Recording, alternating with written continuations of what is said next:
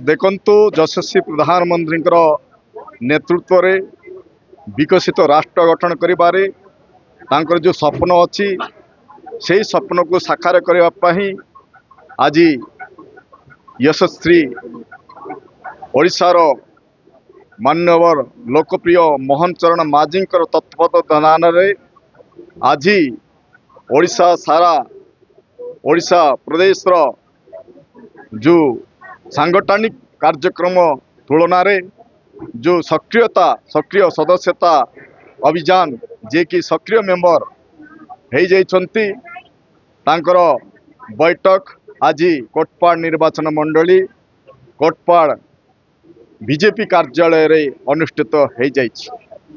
राज्य सरकार सुशासन देखिए आज बहुत कर्मी निश्चित भाव में देखंतु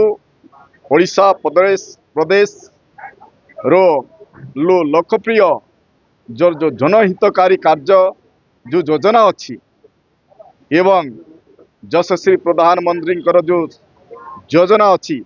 केंद्र एवं राज्य सरकार योजना विशेष करी जो गरीबी युवपीढ़ी महिला एवं कृषक यही चारिटा स्तंभ को जेपरी आपण माने जेंति कि आज चतुर्थ स्तंभ रे रही आज सारा दुनियार कबर को आज लोकलोचन को आणुचंती सही परिप्रेक्षी आज रो मुख्य उद्देश्य जो सक्रिय सदस्यता जो आभिमुख्य जो सरकार योजना गरीब लोकों पाखरे किपरि पहुँची पारिबो एवं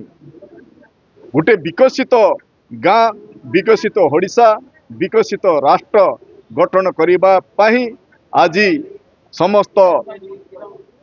कोटपाड़ निर्वाचन मंडली समस्त सक्रिय सदस्य माने आज प्रतिज्ञा नहीं छन। वंदे मातरम। भारत माता की जय। मो ना उपेन्द्र भट्ट भारतीय जनता पार्टी कार्यकर्ता अच्छी। आज जो कार्यक्रम कराऊँच आमर ये सांगठनिक पर्व हो सांगठनिक पर्व आमर जो एक्टिव मेंबर होते जन एक्टिव मेंबर से मेंबरशिप कर मेंबरशिप कलापर कार्यक्रम को आग को बढ़ावाई से जो कार्यक्रम होती बैठकटा चलती और बैठक रे आमर कोटपाड़ निर्वाचन मंडल समस्त जे आमर एक्टिव मेंबर दायित्व जे थे से माने कार्यक्रम को भाग नहीं से आगामी दिन में संगठन को अधिक सुदृढ़ करने यहाँ गोटे आमर प्रयास चलती बैठक चलती। देखो ये तो अनेक कोटपाड़ निर्वाचन मंडल रे तो अच्छा कार्यकर्ता अच्छा जे जे मेन प्रमुख कार्यकर्ता अच्छा से बैठक ये जगह शुणु आम मूल आधार तो है आम तो 24 घंटा सांगठनिक पर्व उपरे कार्य कर माने आम मूल लक्ष्य तो आम संगठन को आग को बढ़ावार अच्छी जो आमर सबका साथ सबका विश्वास प्रयास जो कथा अच्छी तल स्तर पर्यंत